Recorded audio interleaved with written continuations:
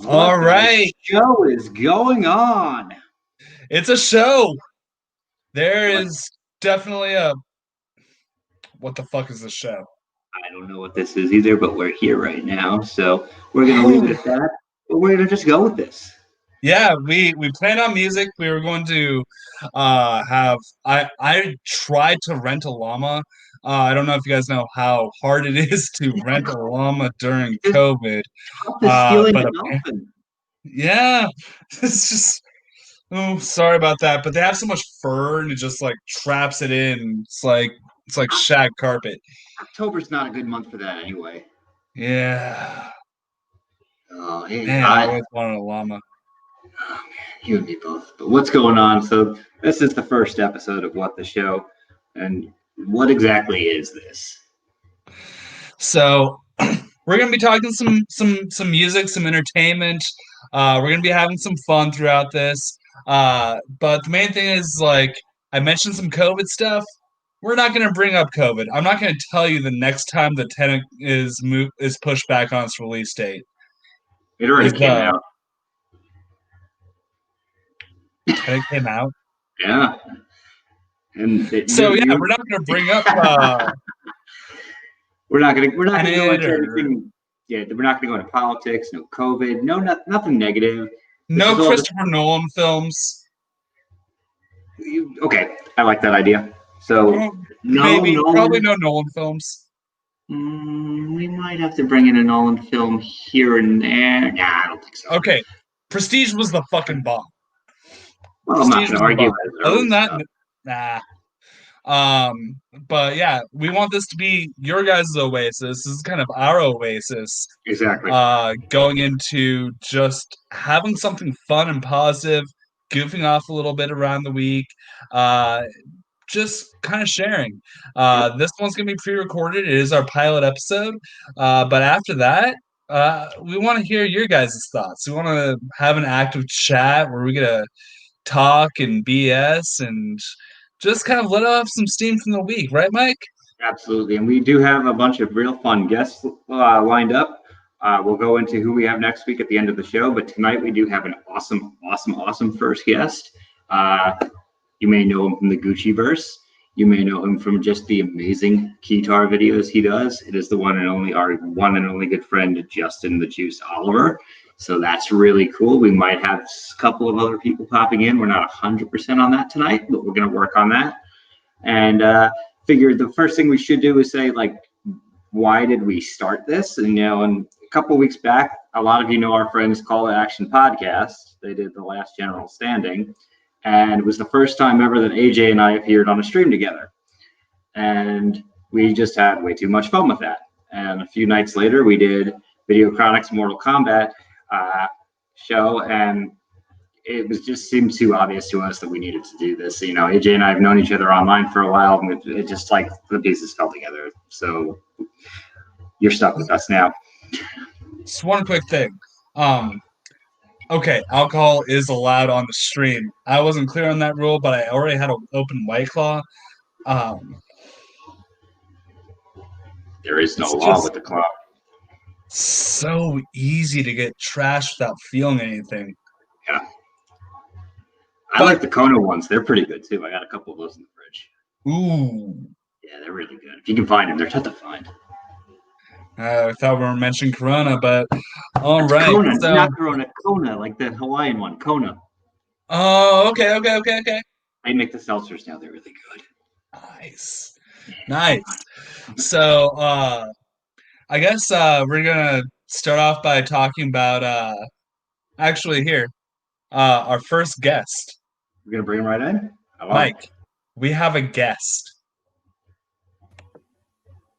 This is our guest. Our lovely guest, the Juice, Right? the man, the myth, the legend. How you doing, bud? Doing great. Justin, certain shows ask you like why Schmodown or what do you love about movies. I have something much more important to ask right now. Why Keytar? It's the most important question we could ask. I've been in a lot of bands. and I'm kind of one of those guys that plays all the instruments. I play little drums, play a little guitar, play a little bass. Every once in a while, you find yourself in a situation where you're in a band and there's no instrument for you. Mhm. There's already a bassist, there's already a guitarist, or like we're playing something with a bunch of friends. And I'm like, I want to play an instrument that nobody else plays. People play piano, people play keyboard. Nobody plays the guitar. So that's when I purchased my first guitar there, and been with me for a few years, and it's not going away. So what was the first cover video you did? The very first one? Because I've seen a bunch of your cover videos. They're brilliant. What was the first one you did? The first, funny enough, was from School of Rock, the Jack Black doing Legend of the Rent. I basically just took it and just had my friend come over with a camera and shoot me one take. Just played. I didn't really do anything fancy on guitar. I just sang it and did a little solo that was awful, and just had fun with it. But so I guess that was kind of the first one. And which is the one that you have that's most viewed right now? I have to look that up. But while I look that up, the very first one I actually did was on a keyboard, but I held it up like a guitar. I love it. And so I did it like that. And that was of the Japanese band Gallierness. It was like their song Emotions. So that one's actually is my only video with over 1,000 views. Impressive. Gallierness is the name? Gallierness, yeah, it's like Galneryus, I believe. All right, so you can spell it. I just pretended to look them up. I'm your hipster friend. But yeah, but as actual guitar, actually from the same band, I did another one of their songs on that one. I did it with that was my first one with a green screen. I'll just change my name to it real quick. Sweet. I'll actually put this in my liked videos for later. But that was my first one I did with a green screen, and I did I just wore a Hawaiian shirt and did like a beach background. It has absolutely nothing to do with the song, but I just thought it'd be funny. Oh, that's awesome. That's fantastic. So what we wanted to talk about today, we had a couple of topics, but we were blessed today. The whole world was blessed today. When it comes to the music world, the entertainment world, everything, Tenacious D dropped a cover of Time Warp, and it was glorious. So glorious. It's just we weren't going to talk a lot of trash on this year, but when I saw that video, I just felt like, okay, everything's going to be okay. Everything's forgiven. Mm-hmm. It's cool. It's chill. You couldn't have asked for something more out of Jack Black, and Cage, of course, too. But that was the perfect song for his voice. Like when you're listening to him do that, it's like this just is the glove is fit. It's not OJ. It's the opposite of OJ. The glove does fit.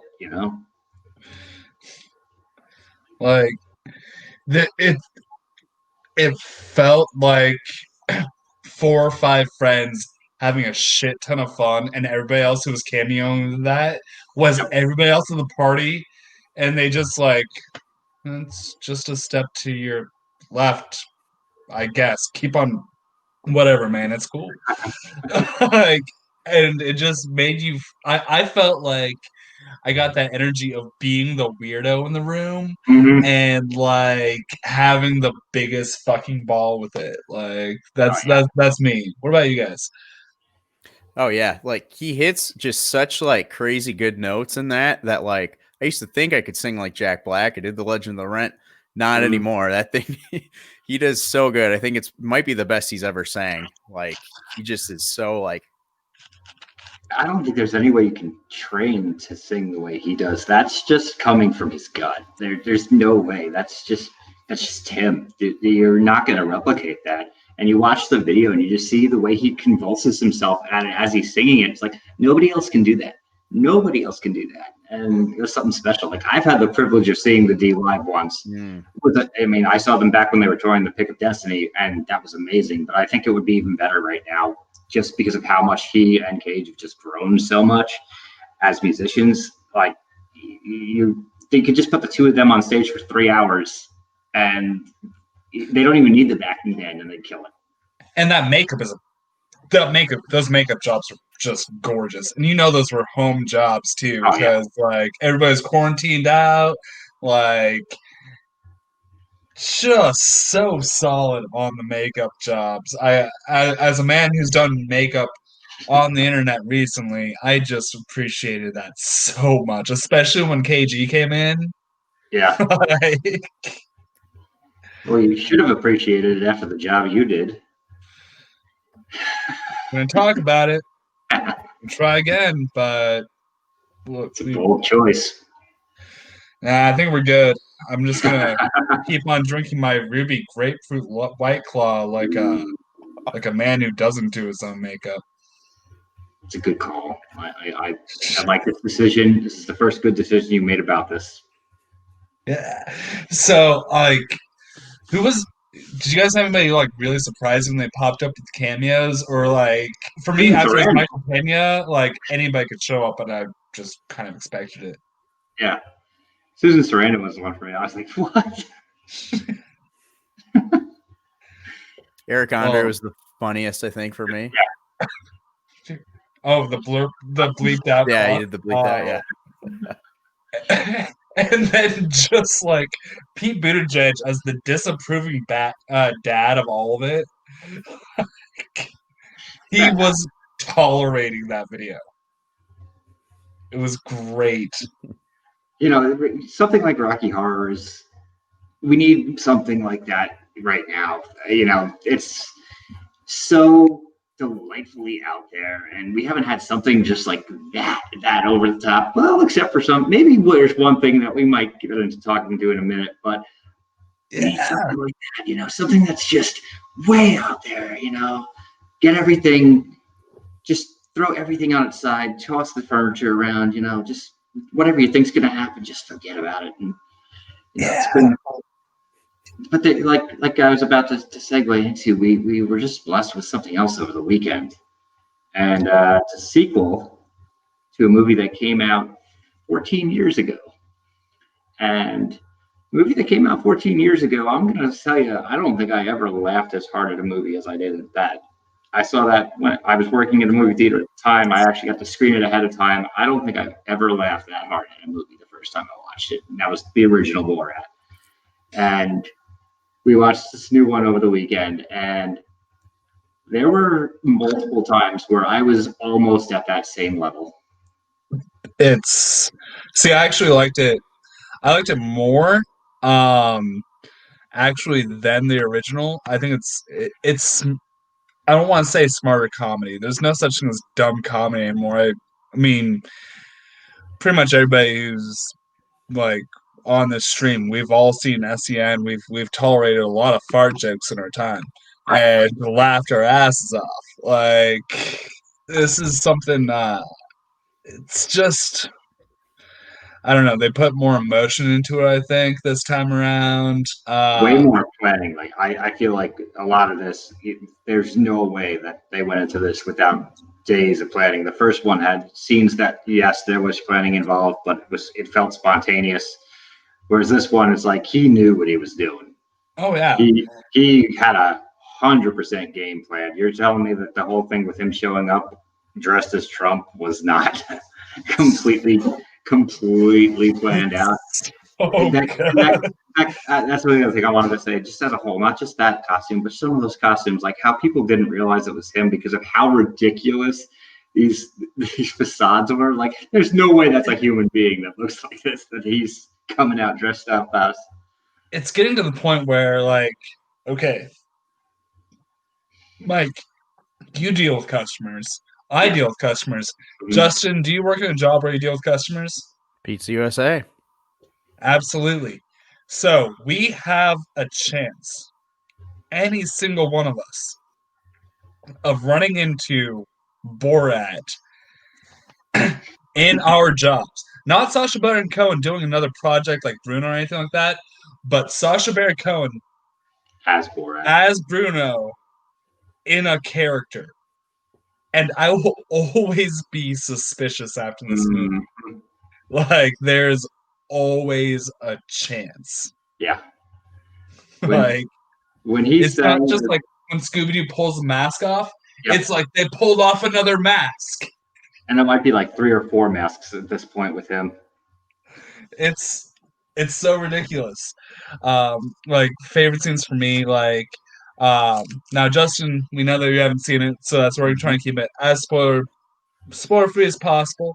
But but the bakery scene.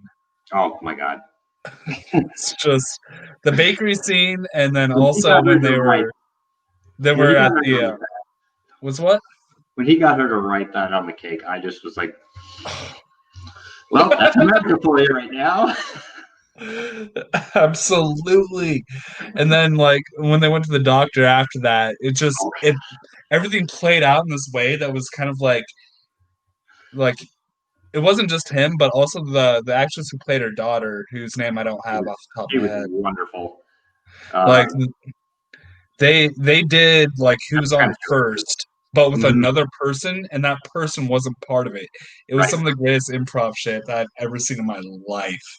And they were both speaking different languages, but both of them understood each other. That made it even better. Yeah. Like, and you don't necessarily realize it until, say, something's in the subtitle, and then they say it back to the other person, and then they say something different, but they're actually speaking languages. Mm-hmm. This is it's layers upon layers upon layers upon layers of gold. Yeah. It's insane. How that guy gets away with it is what makes it even more insane. Just like,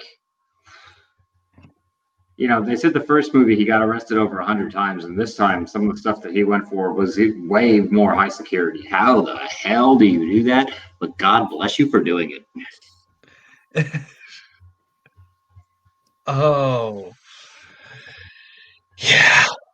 He literally got feet away from Pence. How? And we can't. Everybody knows the Giuliani scene. And we won't go into. It's been spoiled to death, I'm sure. But we don't need to talk about that one quite as much because everybody and their brother has. You all know what happens in that scene at this point, and it's ridiculous. It's genuinely one of the most absurd things that's ever been caught on camera. But it happened, and somehow this guy manages to do this continuously. And just got to counter blessings that we live in the same time frame as Sacha Baron Cohen. I do have a legit question about that, though.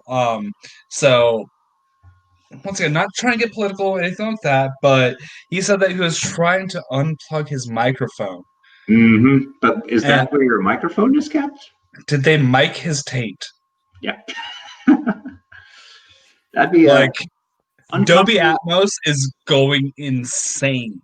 Yeah. Thank God they are wanting to preserve the theatrical the theatrical experience, unlike those cucks over at Amazon. That's fantastic.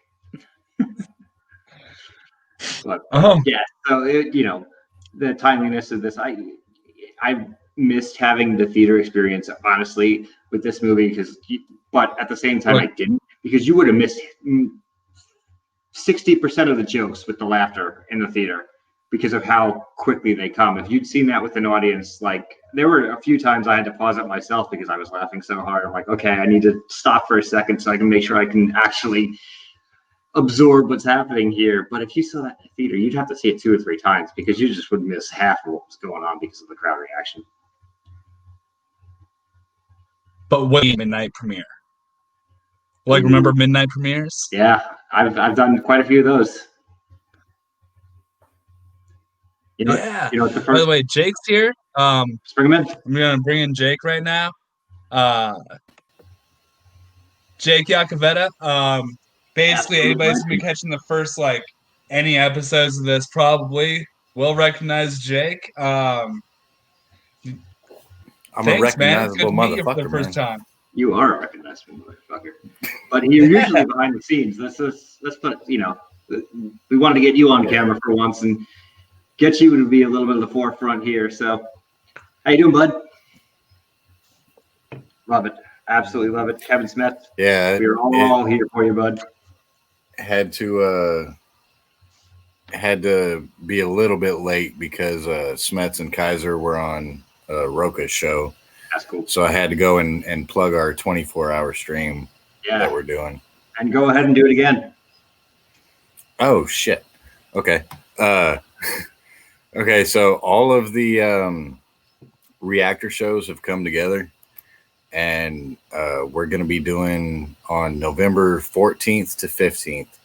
Right now we're scheduled for 25 hours, but you know how we do. You know it's going to go longer than that. We're going to be looking at like 36. Yeah, it's going to go long, but we're all doing it to come together for Kevin and Dasha and Kira. Yep. It's going to be a fundraiser. We're going to have games. We're going to be having interviews. A lot of competitors are going to be coming on. Awesome. It's a joint effort between the Gucciverse, PJ Campbell Network, Call to Action, A Certain Point of View, Mount Schmodown, Let's Get Ready, Cinefanatics, Janine, Frank, Kaiser, the Action Guys, Video Drew. Like, everybody's going to be involved in this shit. That's fantastic. And every single dollar is going to go straight to Kevin and Dasha and Kira. That's and they're already, if you check their GoFundMe, they're already over $14,000 raised. We're going to put that link in the description of this video as well. So, Oh yeah. Yep. So,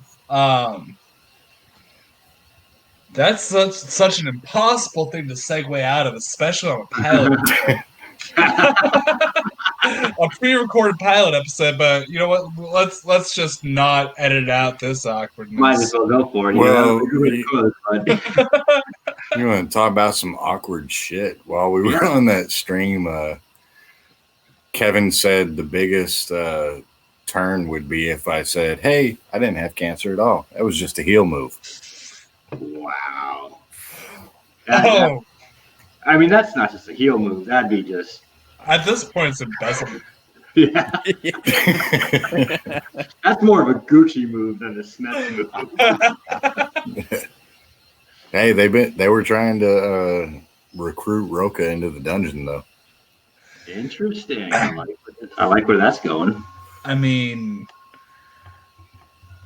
I could see it, but I don't see that same brand of shystiness. Like that's like trying to bring out like a super loud heel to. How do you put another loud person with Kaiser? That's the thing. Is Kaiser is the voice. So the two of them might clash a little bit. I mean, it's not like if you put Chandru on like the quirky Mercs. Like, that's something that would just never work. Right. It's too much overlap. Yeah. And like the things that overlap, it's like, okay, they're loud, they're fun, they're weird, it's cool. But like the kind of shit talk Chandru does with the quirky Shit Mercs, talk shit. like, I mean, I love what he's doing. He has put me against him entirely, and I love it. Oh yeah. Well, the Mercs are like, how can you not love all of them? And you put someone like Chandru in there. You know, Yeah, that's very true. I'm out of It's a yoga. weird Those hypothetical. have all been done. Oh, That's the man. only thing I got. We could start shit talking Kevin Smith, but Why? honestly, who Yeah. the fuck? I will fight you, sir. but We can put it on the channel. exactly, like no No, we're not going The to do other hosers was fine. It was fine. that. My The most other hosers anticipated, is shit. my most anticipated match of Spectacular might be Brett Sheridan versus Kevin Smith. It will, no matter what, be the most entertaining match. I think that's without a doubt. I Here's what actually, nobody's talking about. Does he come out as the Flouse? That'd be fun. He won't. He said he will never cut his hair into that tuft again. So So I actually ran into Evan DeGraff the other day. I know Jake knows him. I don't know if anybody Yeah. else does. He's on PJ. I met up with him the other day at one of the theme parks, and we were just talking about it. He's like, yeah, Brett Sheridan versus Bonnie was maybe the favorite match of the year just because it was so different. So, we're so used to watching people do all these perfect matches now, and then you had the exact opposite. It was such a breath of fresh air. I miss those kind of like season one kind of matches. Well, Jericho versus Kevin Smith was kind of the same thing. I mean, but they were a little bit more knowledgeable. it was but just fun. it was just fun. Yeah. And since you sent me the link, I'm gonna fucking plug it. Tomorrow on Schmobates, we got Adam Witt versus Warfather. Oh, And none of the questions are going to be serious. It's going to be a complete just fucking clowning around stream. that's going to be amazing, and I will be there for that. Like, part of me would want like an ask serious questions, get stupid answers kind of thing, but I mean, I think we can pull this. It was requested on both sides to just fucking have fun. Nice. Yeah, Warfather's been one of my favorite personalities, just on and off, because everything that he's perfect for our vibe. He's 100% our vibe. It's just fun. You need that. You really need people like that right now. And he's been, I don't care if he wins or loses. I want to see him every week if I can. Yeah. Well, and Eric Burns, his roommate, that's my tie to WWE for like most of my news there. Mhm. So like yesterday it was just like, oh hey, Asuka is teaming up with the New Day and like they had a dance number together. Like that's Sign me up for that. cool. Now I need to check out WWE clips. Like they both have like a professional wrestler kind of stature. Mhm. Well, wait, that happened on WWE yesterday? Apparently, yes. I wouldn't know. I was at work. So that must have been in response to the musical that Jericho and I heard about MJF that. did. I heard about that. I haven't. Nah, they were just dancing together. It I didn't wasn't like hate a it. musical number. I know I a need- lot of people were saying this was it delegitimized the serious aspect that AEW was going for. I didn't see that. It was fun. Fuck it. Yeah. If you're gonna watch any kind of wrestling and it's just completely serious, it's gonna lose. Again, it's gonna lose its luster after a little while. You got to have some levity in there. 100%. I grew up watching it, and when I got to be like, maybe like 10, 11 years old, I was like, yes, it's guys like the Repo Man and the Berserker. Sweet, I got these ridiculous knuckleheads out here rather than, a lumber. I mean, you remember fucking Bastion Booger? Oh, yeah. You want to talk about serious? Scotty Too Hottie. Scotty Too Hottie was Yeah. fun. See, I was actually in attendance at the Royal Rumble in 2000 where they stopped the match to do the dance break with the two of them and Rikishi, which was hilarious, But then he immediately just throws them both out, and it was like, okay, we're back to the actual match. But it was fantastic. For 45 seconds, you had this absolute nonsense going on, and that, if I remember that. I don't remember everything else about that event, but I remember that. So, Justin, when was the last time you attempted to do the worm? That I attempted to do the worm? Yes. Probably the last wedding I was at, which was sometime before COVID. Don't I didn't mean to bring that word up. No, Sometime back in probably at a wedding. I usually try it once I start feeling pretty loose. if you it have never- some juice. It usually, yeah, you know, you're going obviously for like a full. Usually it goes like and then you gotta. it's more like But here's the thing, I last attempted it in the 3rd grade, and then I never danced again. We're gonna fix this. Bad. Yeah. I never tried to do the worm because if I'm at a venue and I'm on the ground, it's involuntary. Do I need to tell the story? I think everybody knows the story. But we haven't heard it from every angle yet. Oh my god! I don't remember any angle. All right, so everybody who's ever been to a Schmodown after party with Jake Yacovetta knows that there's going to be at least one tray of shots, inevitably at some point in the night. So we're in Atlanta. It wasn't even at the event. It was after Mark Ellis. And there was only maybe like 25 of us there that night. It wasn't that many of us. And, of course, Jake I got Roca fucked up that night. I remember. Jake still bought 50 shots. Still bought the 50 shots, even though there was only 25 of us there. So there's just tons of them sitting on the bar that, you know, are unclaimed at this point because everybody did the initial toast. And, you know, there's shot, and Jake's probably had 4 or 5 of them. Roca's probably had 4 or 5 of them. And then Ben Goddard walks in, and all of a sudden Jake just like goes, I don't know if you were going to shake his hand or what you were trying to do, but you just like fell backwards, knocked Goddard's drink out of his hand, and Robert Parker, all 5'4" of him, and is trying to pick up Jake. And it's the funniest thing I think I've ever seen. I'm so glad that you gave Robert Parker the credit of being 5'4".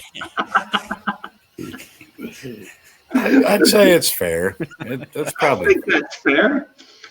yeah. But Parker's the nicest dude ever, and he just sees Jake. He comes running over to him, and he's trying to pick him up, and I just couldn't stop laughing. I mean, he's 5'4", but he's also probably like 60 pounds. Soaking wet. So, Yeah. Oh, Parker, though. but And to I my did credit, get up, I'm though. 6'2", 6 foot 2 inches, 2 different measurements. Yeah, I'm 5'11" because I couldn't break that fucking threshold, and about 180. So Nobody missed my dick joke. oh no, I just Oh, I see what you were trying to do there. Yeah. Wow. Oh. I did an eyebrow raise if you go back and watch the replay. First episode's going up unedited. Sweet. Yeah. wait. You know, So what fucking show is this? This is what the show is called. Yep. We just started this channel. We literally just started this channel. I don't even know what I'm doing. I just got a link. Yeah. Don't worry. I think that's what we should do with everybody at this Yeah. point. Send them a link. Like, here you go. So They just come on. What's the show? They're like, yes. Exactly. absolutely. This is absolutely what you think it is. Oh, Between 2 and 6 morons who have absolutely no idea what's going on, we're going to touch on some movie news. Maybe I don't know. Welcome to the stream. So what do you think about that last segment? I wasn't here. Wait, what's up with chocolate covered pretzel? Is that a Mallrats thing? Oh, you got it. Oh. It just turned 25 last week. Don't know if you knew that. Okay, John C. so I've got McGinley weird- looked older in that than he. Wait, that wasn't John C. McGinley. Never Michael mind. Rooker. Don't bother me. Yeah, Michael Rooker. Michael Rooker. Yeah, I know who you're talking about. I have the weirdest fucking thing with Mallrats. All right, so when I was growing up, my dad ran car dealerships. Yeah. So like, we watched Mallrats when I was like 6, 7 years old. Yeah, I was that kid in the small town. Do this, okay? But like 6, 7 years old, I watched Mallrats for the first time, and they make that joke about fucking somewhere very uncomfortable, Mm-hmm. and they What, say like like the the back back of of a a Volkswagen. and I thought it was Wait, funny. you were 6 years old when Mallrats came out? Yeah, but Jake, we're all Your hairline disputes that.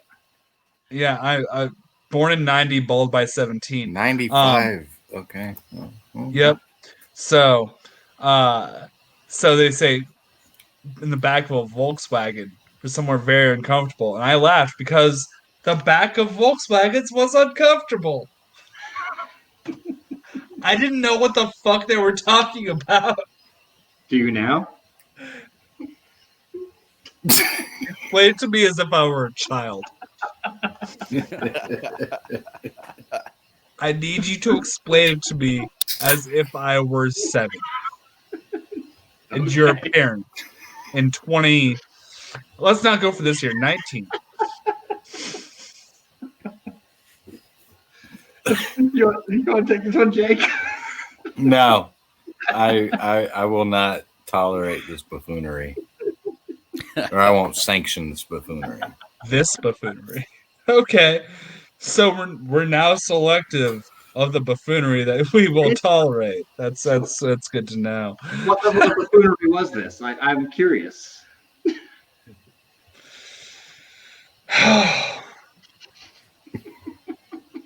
So this is the pilot episode. And we've already gone there.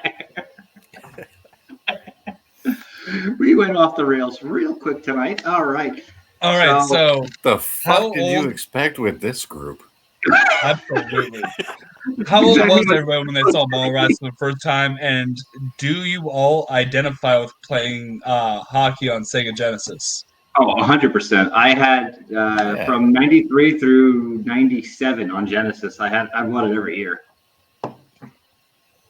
And that Yeah. was to the day was- still the best. Hey, my shit was Monster League hockey. Monster League hockey, I remember that. Oh, and I mean, they made a new Mutant League football. Like I have it on my Switch. I'm too old for that shit. yeah, I have it in NES Classic. I can play Dr. Mario. It's pretty sweet. So to go back to the question, how old was I when I saw Mallrats? I think I was 12 when it came out on video. I was 14 when it came out on video, and that's when I saw it too. I didn't see it till a few years ago. I saw it on July 27th, 2017. Just pulling up my letterbox. Jesus fuck. I'm like, holy From crap! straight memory. No. Okay, so what was your reaction? From Letterboxd. Oh, I loved it. Yeah, I mean, I've got some retail background, so Clerks will probably always be my favorite Kevin Smith movie, but Mallrats is probably number 2. Let's see if I Pretty can easily. get You know the Yeah, Shannon Doherty contract clause about that movie, right? Oh yeah, where she had to keep all of her clothes, so she changed them in every single scene. Yep. What a clause!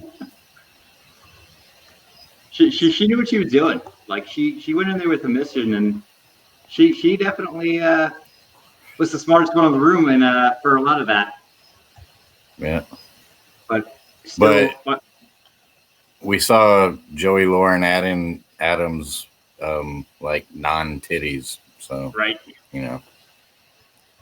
Oh, the blueprints though, like I regret. I went to the Secret Stash. I bought the poster. I just pointed out. It was actually signed by Kevin. I went to the Secret Stash a few years ago, and like I regret just not like maxing out on my credit cards and all that stuff there, because I could have bought the blueprints. I could have gotten like the hooks they used there. It was like Mallrats is like it is my favorite movie of all time. So I All put Dogma time. above Mallrats. I know you love Dogman. I'm a big fan of all, the whole Views universe. I don't dislike any of them whatsoever, and they're all favorites of mine. But Mallrats is, I could watch Mallrats every single day of my life.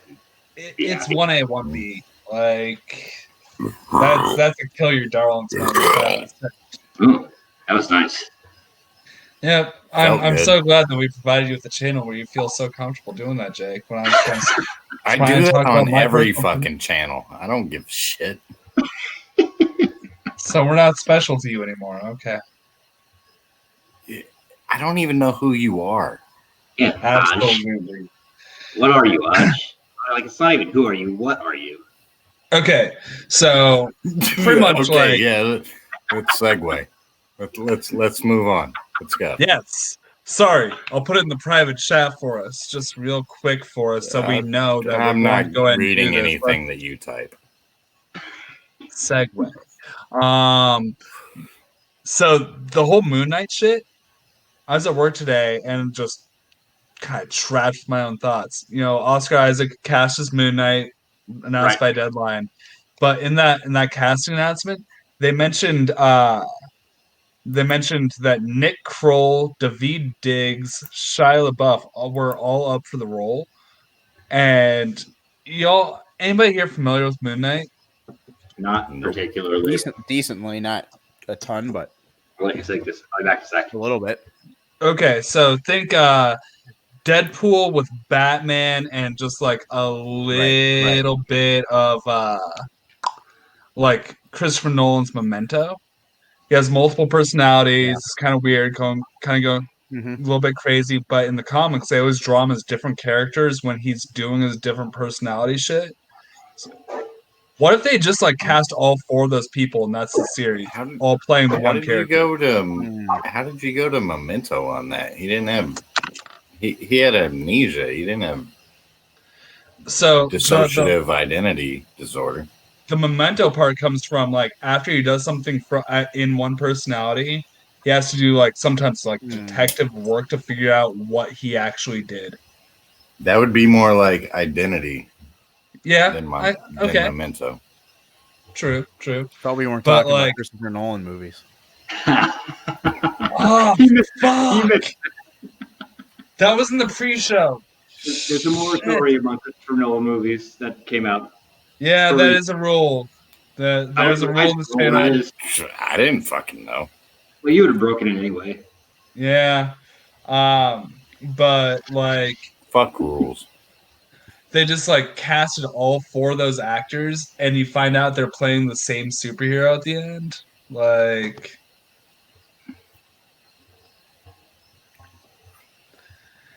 dead air. Is it like a being John Malkovich situation or kinda? And Malkovich is a superhero. You just pissed me off. I want to say. Yeah.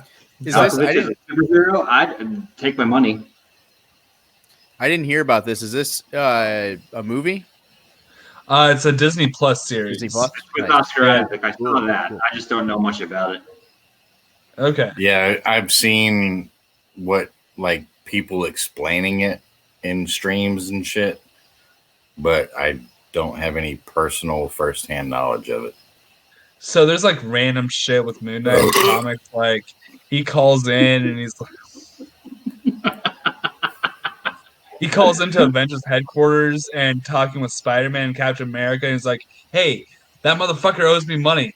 Get him on the screen." And they have to be like, "Dracula doesn't live here. He's not an Avenger. Quit calling us." That's his general personality. Is he's just so far outside of his shit, and then he just shows up and accidentally does something kind of right. But he's also kind of brilliant. There's kind of like some beautiful mind kind of shit there. It's the weirdest and probably the hardest to adapt property that Marvel's probably taken on. And that includes like Guardians and all that shit. If anyone can do it, it's Marvel.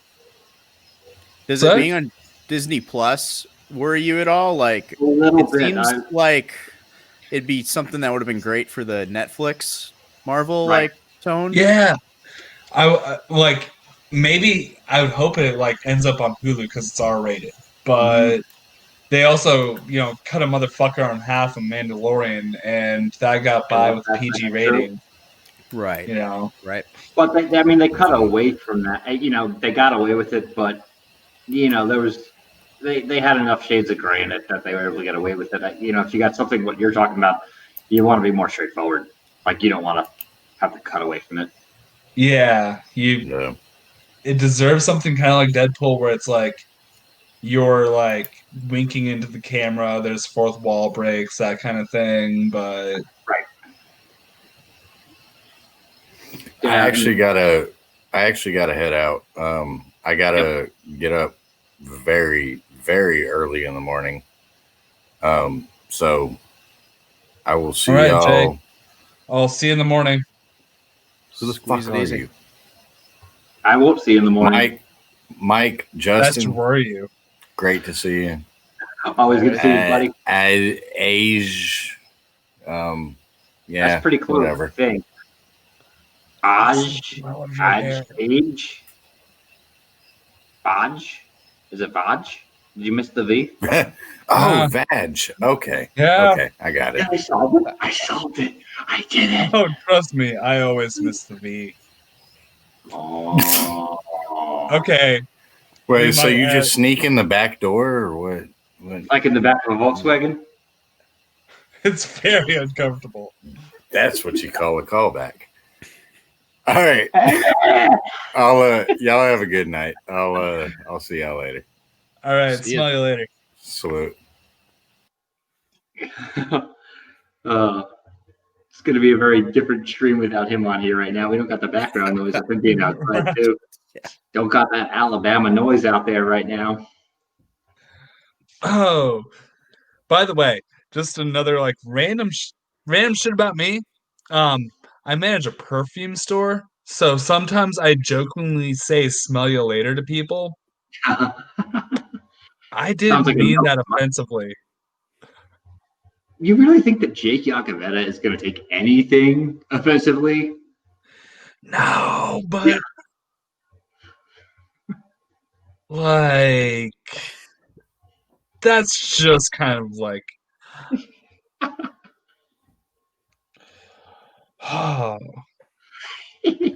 So once again, we're doing the pilot episode of What the Show. For those of you who are tuning into the stream and started at 46 minutes, if you didn't realize that, even though this isn't a stream and this is a pre-record, if you just randomly started at 45 minutes in, well, kudos to you. You know, I think that's a bold strategy. I really like that idea, honestly. And I think I'm going to start doing that myself. I'm just going to open up videos and just go to 45 minutes in. This sounds We're dope. timestamping this shit. 45 minutes in. That's where you got to start all videos from this point Yeah. forward. This is the exact moment when the pre-workout wears off. Yeah. Ooh. By the pre-workout, I just mean that I'm probably gonna need to grab another White Claw pretty soon. You might as well go ahead and do that. Yeah, I might.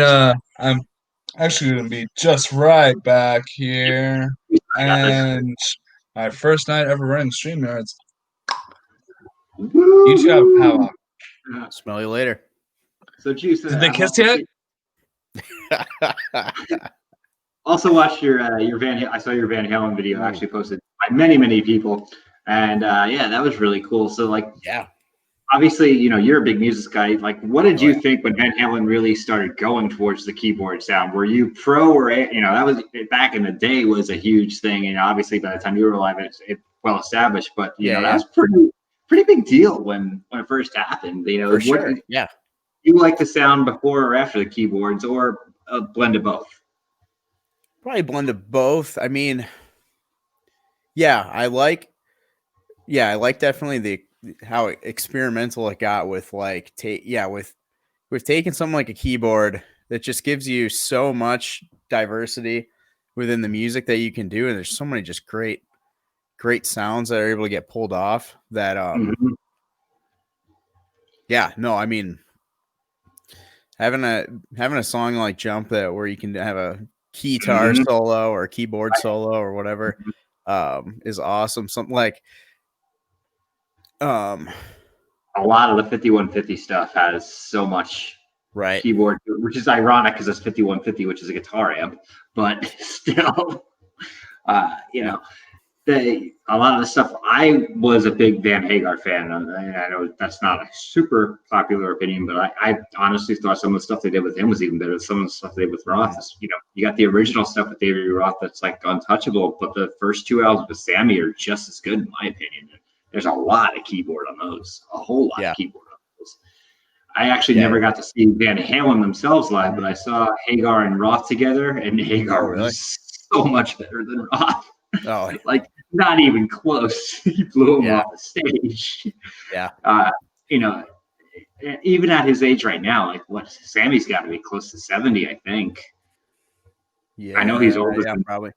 he's got to be, Eddie was 65, so Sammy might Right, even be right. older because Sammy was older. Sammy might be closer to 75 at this point. I think he'd still put on a great show these days.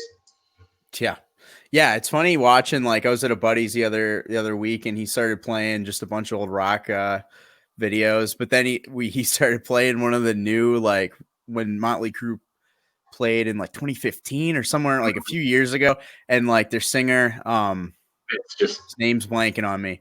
you know, Yeah. He's he's gained just like so much weight. He can't do proven the skill now. Yeah. can't do the Kickstart My Heart like anymore. They have like background vocalists that do it, and all the comments are just making like weight jokes and stuff, and it's just, but to have somebody like Hagar be able to stay going still, like that like, late. Hagar is still kicking. Hopefully he's able to do it for until he's done. Yeah. Well, and Hagar is he's kind of like Jack Black. He might be like portly as hell, but he's gonna rock out.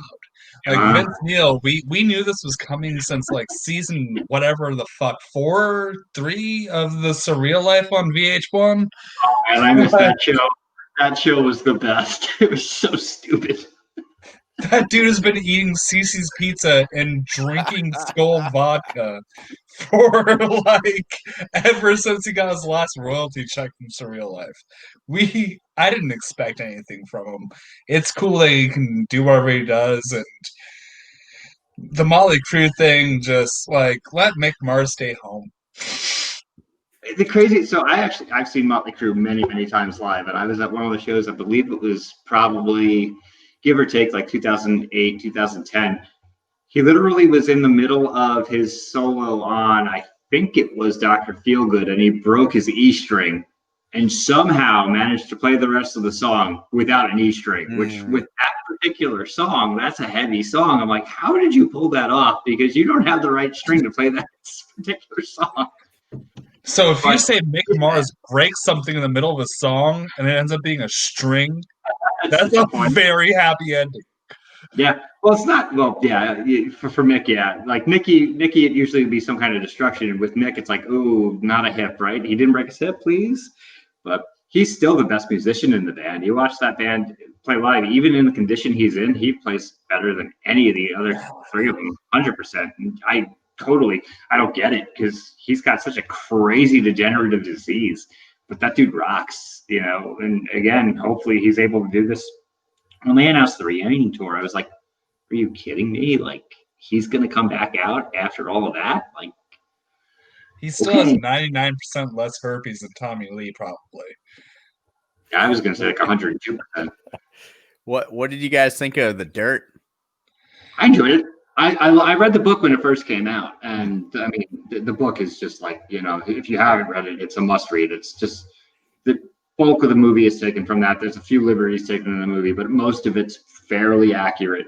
But if you read the book, some of the stuff in there is eye-opening, and they go between each of them has their own chapters, and the Mick chapters are just so out there. They are like nothing. Everybody else is like sex, drugs, rock and roll, and then they go to Mick, and it's like, well, I was sitting in this dark room and looking at this skull and just thinking about life, and everybody else is out there doing party and stuff. And the Mick chapters and all the other ones are like, each chapter is like 20, 30 pages, and the Mick ones are like 2 pages, and it's fantastic. I only ever saw the trailer for The Dirt, and that was when they had the guy from the British guy from Misfits, the short one, on Collider Live. But that was I seems cool. We'll have to cover it one day on this. I mean, that'd be a fun movie to cover on here. I really like, because I hadn't listened to too much. I only knew obviously their big hits, but that really got me to go check out some of their deeper cuts. And their first couple albums, which before they really hit the radio, they got some good stuff on there. Yeah, I have I added tons of them to my playlist. Like they got some real good bangers in those first couple albums. Like Shout at the Devil and Looks the Kill are both really, really solid albums, Mm-hmm. Oh, Shout at the Devil. Yeah. Shout at the Devil live is like awesome. Like, especially if they do it with the full recorded intro, that's awesome. Like, they'll do the whole recorded intro with the flames just shooting out of all the amplifiers and stuff, and it's fun. You know, the performance itself is usually not that good, but the presentation's fantastic. Oh, so Vince Neil. What about him? That's. I was hoping one of you guys would catch up on the cues. Once again, this is the pilot episode. Yeah, well, Vince Neil is he's probably eating a pizza right now. I don't know. Yeah. Oh, who was it? There was another big 80s star that was on the Surreal Life that was like the season after him, and he was actually talented. I want to say it was CC DeVille. I think he was on either. Yeah, Cece was definitely on it at some point. Like they had to do it. Yeah, it was because CC DeVille did the actual guitar solo for Cherry Pie, right? For No, one? that Cece's Poison. No, but he did the guitar solo for Warrant for that track, I think. I have to look that up, take your word for it, but not 100% on that. You know what? Let's get professional here. Oh, he's got to go to the phone. Yep. We don't have enough resources. Some people actually, like, when they've done this before, can just like look it up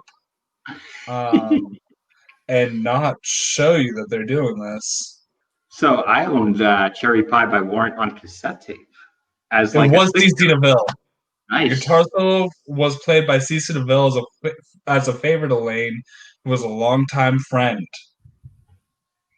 I remembered because they when they played it live, they would literally press a pedal and then just like fake playing. So yeah, CC DeVille was on after Vince Neil because they needed another 80s rock star. And Jenny Lane was on whatever Celebrity Fit Club or whatever, you know, the weight loss one, if I remember right. I think Jenny Lane was on that, if I remember right. VH1 used to be the best. Like their program was such amazing trash. It was. It showed us exactly what would happen to our heroes. Yeah. Do you remember like Dustin Diamond was on, I think it was the Celebrity Fit Club, and he's just like complaining the whole time about all them eating the vegan food. And I just remember it was like, oh man, we're all eating vegan food. We're all just going to keep farting all night. I'm like, stop it, Screech. Stop making me hate you. Fuck, now I want a falafel. I'm sorry. Very sorry, buddy. But I don't know where to get chickpeas in sour. I'm not stopping you. Well, look on Uber Eats. You got your phone. Maybe you can find it. I mean, a falafel in Nebraska. We're recording this. Currently, we're at 11:13 p.m. Central Time in Nebraska as of the time of this recording.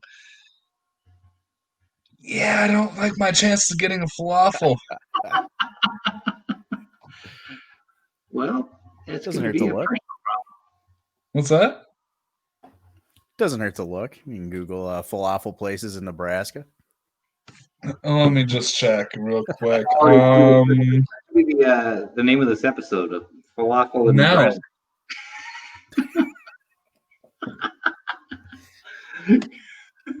Yeah, didn't turn out so good. Oh, I'm so sorry, Aj. Yeah. Uh-oh, did we lose That Aj? Sounds like a name. Oh, Falafel in Nebraska. That sounds like a name of a Weird Al album. There is actually a really bomb-ass falafel place that's about 10 miles away from me because I'm in the suburbs. I just don't feel like doing that right now. I don't blame you. But you know how it goes. So, guys, we are like running at the hour mark of our first hour-long show. Perfect. So how do we feel? We got some ridiculousness in here tonight. A few things we can definitely probably work out a little bit, but we know we do have some announcements. So yeah, get into that. So We're going to try to do this stream on Tuesday nights for the most part. However, next week there is a big national event on Tuesday, so we're going to move it to Wednesday. Is it like a Schmodown match or Something else. It seems to be like a big competition between two old men that, some so people it's seem like to be, John Roca and like Matt Ashley or but way less entertaining. Scott Mance. okay, and More like it. Alonzo Duralde. Well, regardless, but because No, we're gonna, sorry, I like most of those people, I love all Alonzo. of those people, way more than to compare them. That was Alonzo Duralde is a brilliant writer. He's a brilliant man in general. He wrote the book. And he's so warm and nice. Oh man, Osh. Oh, Osh. But anyway, getting back to where I was going, we are going to be back next Wednesday night. All things, fingers crossed, we're going to have everything up and running to go live next Wednesday, 11 Eastern. And we have our subject next Wednesday. We've already got that. And we are going to be discussing the worst movie, comic book movies of all time. Comic book movie villains. Villains of okay, all time. we can edit this part out, but we'll leave it. The worst comic book movie villains of all time. We have it was breaking up, and all I heard was the worst comes of all time, and I'm like, I don't think that's what the show is. I mean, I also have that. It might be week 3. We have that in mind now. But the worst comic book movie villains of all time. This is our 12th attempt at being professional. Not even close. We're never going to be professional. This is us you're talking about. But getting clear on remember when I drafted a rundown? Oh my god. Yeah, that we threw that out the window real quick. The show is never going to go on schedule whatsoever. And so anyway, finally concluding my thought. Next Wednesday, 11 Eastern, 10 Central. What does that mean? Like 8 Pacific? And we're going to have not one, but 2 special guests. Barring anything going wrong, they are 2 people anyone who watches Schmodown knows very well. Jader the Hurricane Paramo and Chance the Cobra Ellison will be joining us to discuss the worst comic book villains of all time. Comic book movie villains. Comic all right. Movie villains of all time. And that's a sode. And that's a cheers, show. y'all. What the show? Squeeze it easy.